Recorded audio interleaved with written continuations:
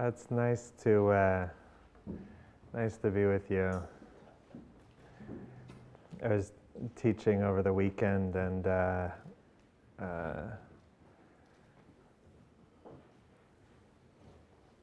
people were asking me, how exactly did you wind up with the Dharma punks? Very good question. Yeah. You're not exactly kind of hardcore punk rocker. And actually just was talking to somebody who I sat with 10 years ago in LA, and at Dharma Punks on Melrose, and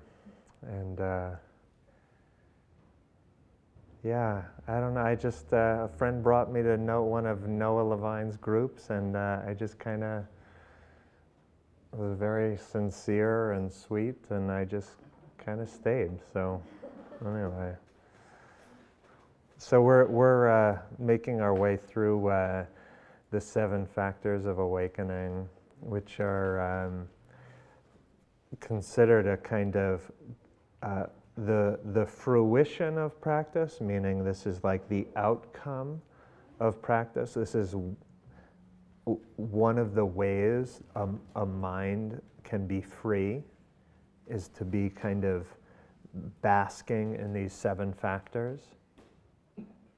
But it's also actually a path of cultivation. So it's both path and fruit. And wanted to say something about tranquility tonight.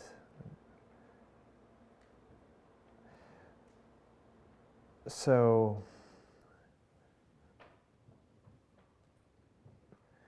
when we sit down and just close our eyes for 10 minutes or half an hour, there's a kind of, just appreciation that it's just very intense to be human. Even when things are going well, there's a sense of like, I sort of have this image of like, is there some kind of like dial on my nervous system that I can just like turn down, And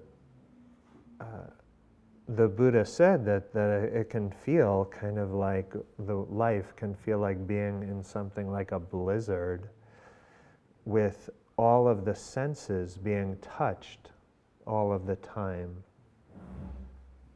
It's like we actually can't get away. Even when we sleep, we can't get away from a sense of being, in a way, bombarded with the sensation and sight and sound and thought, right? Like we are forever, in a way, subject to this. And something in us really longs for peace, maybe more deeply than anything. If we tune in, if we get quiet and tune in, like what is it the heart longs for most? It's actually peace. It's like the only state that actually doesn't fatigue the heart. And that's not to dismiss love or joy, or kindness, all of these things, but it's actually peace that we long for most deeply.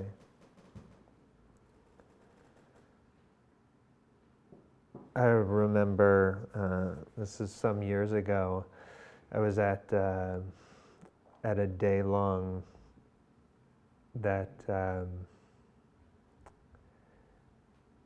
it was like a super kind of love. It was like Love Fest. That was not what it was called, but it was basically like Love Fest. It was at Spirit Rock. It was all about love. We were going to feel love, and we did. And it was two friends who were teaching it, and I was just sitting it, and they did this exercise that it was like a tunnel of kindness. It was the practice, right? So it was like 100 or 150 of us, and we all lined up in 2 rows, and we were looking at one another. So it was like 50 people here, 50 people here, like 6 feet apart from one another. And each person took a turn being blindfolded, walking down this tunnel, and every single person, all 100 people, whispered something kind in their ears, right? How are you feeling? Okay? Yeah? Does this sound good? Okay. So I remember, like, it was this one, some people, like, it was just a day long. It wasn't like a long retreat, but it was a day long. And you sometimes get a little hit on somebody and what they need to hear or something, or you kind of tune into them a little bit. And I remember there was this one woman who was sitting right in front of me, and I just felt like she just seemed like her heart was really opening to the teachings, and there was like she was in the middle of a process of really engaging with Dharma, and I remember, okay, she comes down, she's blindfolded, and I whisper in her ear, like, I think you're falling in love with the Dharma. Right? And she just like squeals like loud, right? This is going on for like an hour, this kind of shit.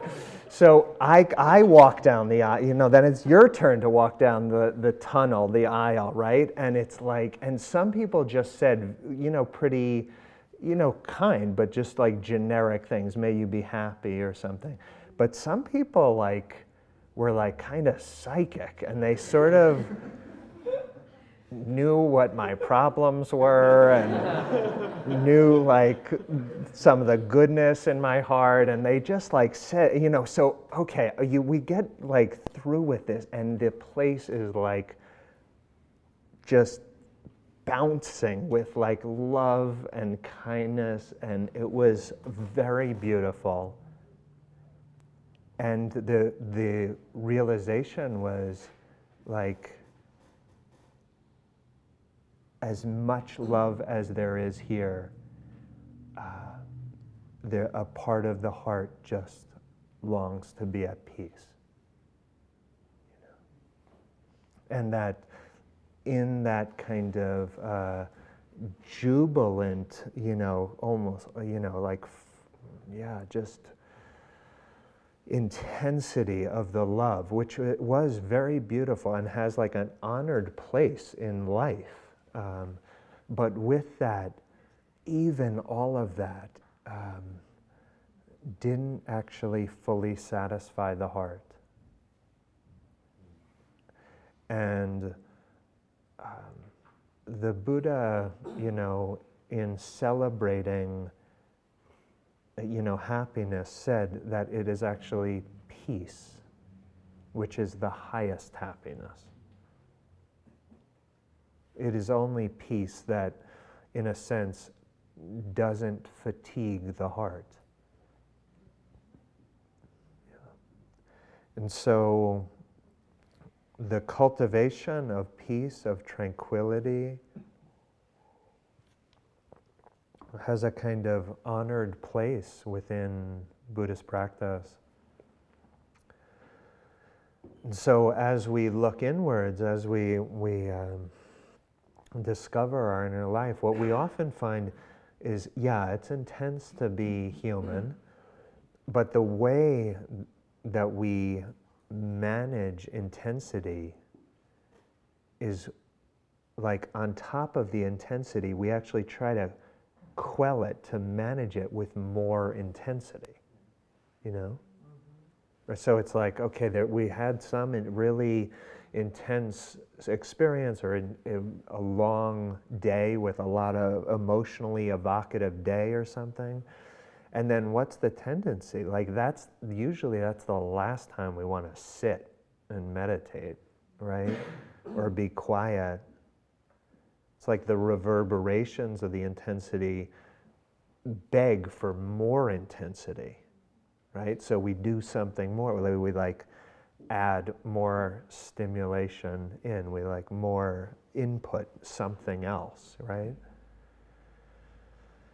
And that kind of works. You know, we don't do it because it doesn't work. We do it because it kind of works. But over time, we live that way.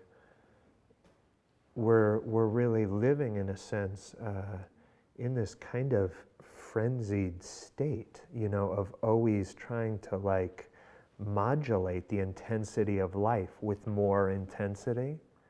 You know, I almost think of it like trying to balance medications, you know, like one medication with you know, and just like trying to get it right. But that whole act of doing that is fatiguing, you know? It's just tiring for the heart to be doing that all the time. So it's said that, you know, this kind of non-tranquility, restlessness, is a very deep kind of groove in the mind. And it's a groove that actually persists, it's said, until we're quite deeply free.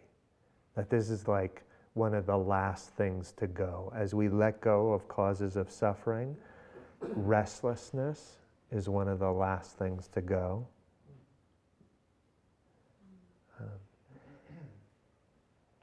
When we get quiet, as we sit here, even if we're paying attention to our breathing or our body or opening to sound, there's usually a part of our mind that is waiting for something. Right? Like even if we know we're just supposed to be letting go and relaxing into the present, there's a subtle way in which we're waiting for something. We may not even know what, right? Maybe we're waiting for concentration or an insight or a peace, but we're waiting, you know? And meditation, we could say, is actually the practice of waiting for nothing, you know? Sounds silly, but it's like, no, we're actually waiting for nothing.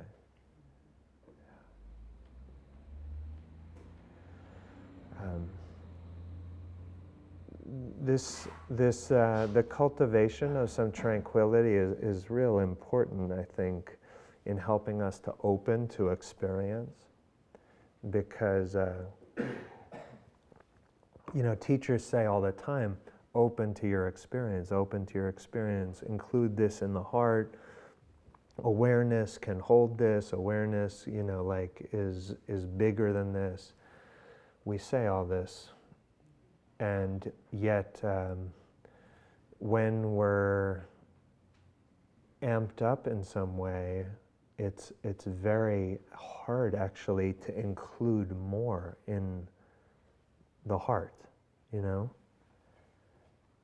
Like when we're, when the mind is like a little brittle from being hyper aroused, it's like not always helpful to try to welcome something else in, you know? It's something that Jean talks about often.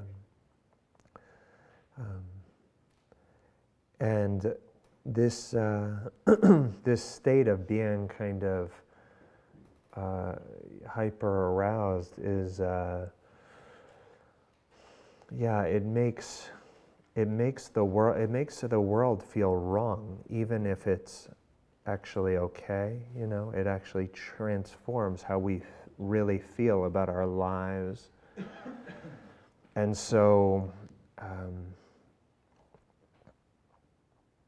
to be asked to open to more when we're really kind of like buzzing at a high frequency, it can sort of overwhelm the mindfulness.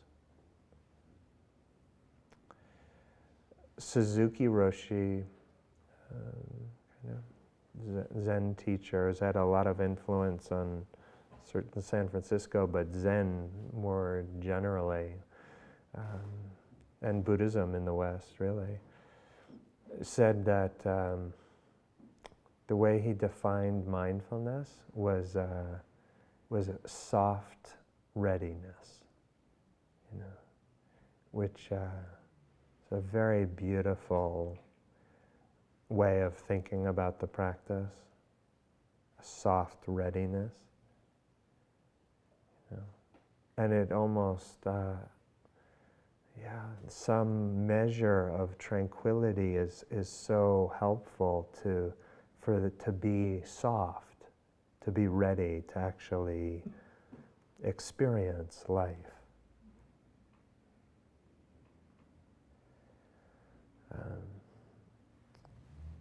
Jack Kornfield tells a story of this student who comes in, and she's kind of like it's a retreat, and she's sort of like kind of confused about what's going on in her meditation, and she's like she's in something, but she doesn't know what.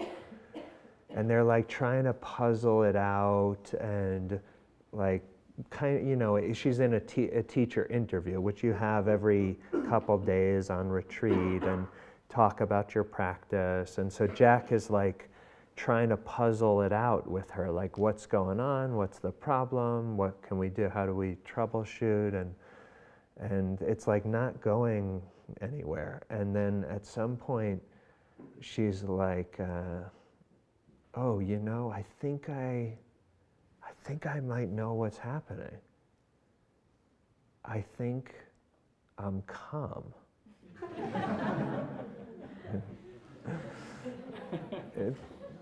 It's a foreign state, but it's like, I think I'm actually calm here, yeah? Although it may not be our standard state, it's likened to, the Buddha said, like rain sort of cooling a hot place, you know? And in our practice, we are trying to let the silence, let the container, let the community start to work on us, to settle us in a way. I was just on retreat, and there it's like, you know, you really get the sense of the kind of way in which tranquility is kind of like contagious, you know, just like anxiety is contagious. And there's this very beautiful aspect of silent retreat where you just kind of come to almost rely on the momentum of the practice of the whole community, you know? And so you're maybe kind of whatever in some super intense state, but there's everybody just like quiet, still, conscious, you know? And we can actually borrow that kind of momentum. We can just like, yeah, something a little contagious. Well, years ago when I was doing psychotherapy, sometimes somebody would come into the office and be in a kind of really fragile, frenzied kind of state. And there's a part of me that would get like, whoa, I gotta do something. I gotta help this person calm down. And I get a little scared, and some of the anxiety is it's self-contagious. And but if we can remember, like, no, actually, tranquility is contagious too. And I would try to do my best to make my mind wide open, vast. And I felt like if I could tolerate what was in the room, if I could tolerate their anxiety, they could almost, like, the image I had is like they could actually like rest in sort of lap of my own mind and the stability there. And you actually don't have to do so much. You just like help the other person meditate in a way. And then that kind of, it is like a co-meditation. The other person could like settle a bit, I could lean on my own stability. And over time, I think we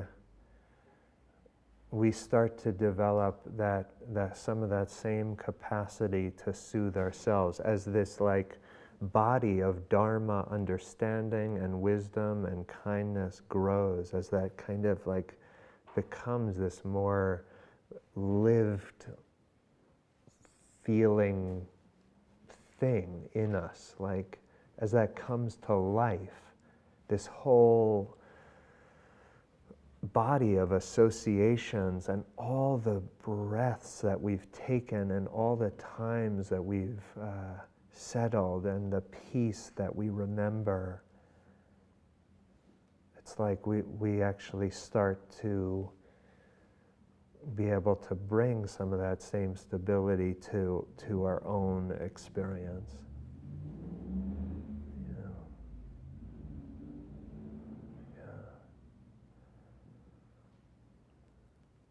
So it's said that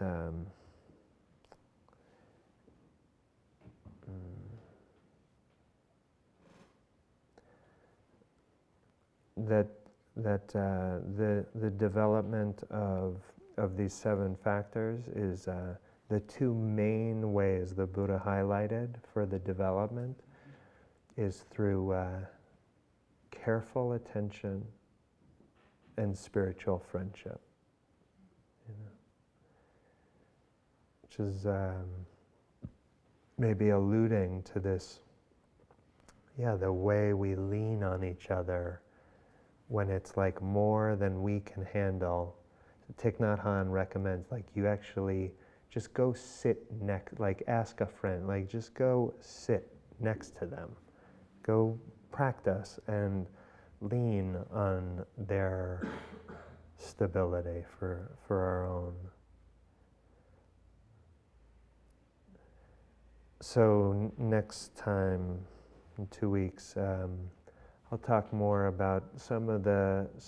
There are certain meditative practices that are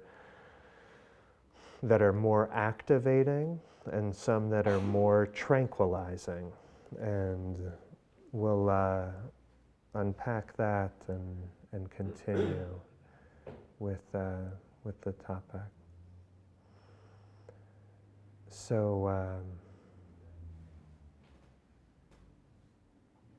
for the next couple of weeks, you might actually take a look, like what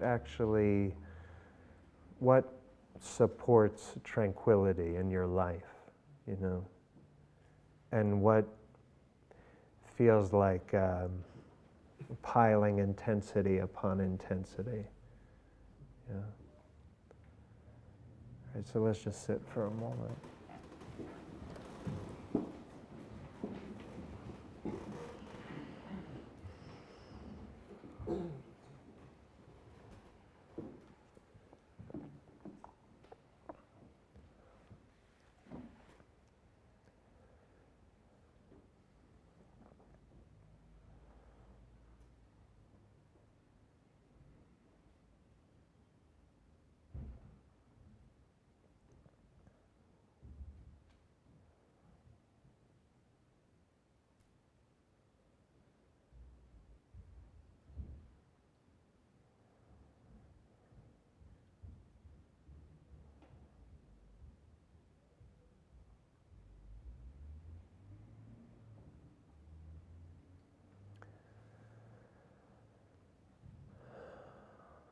So may our practice be of some small or dramatic benefit for ourselves.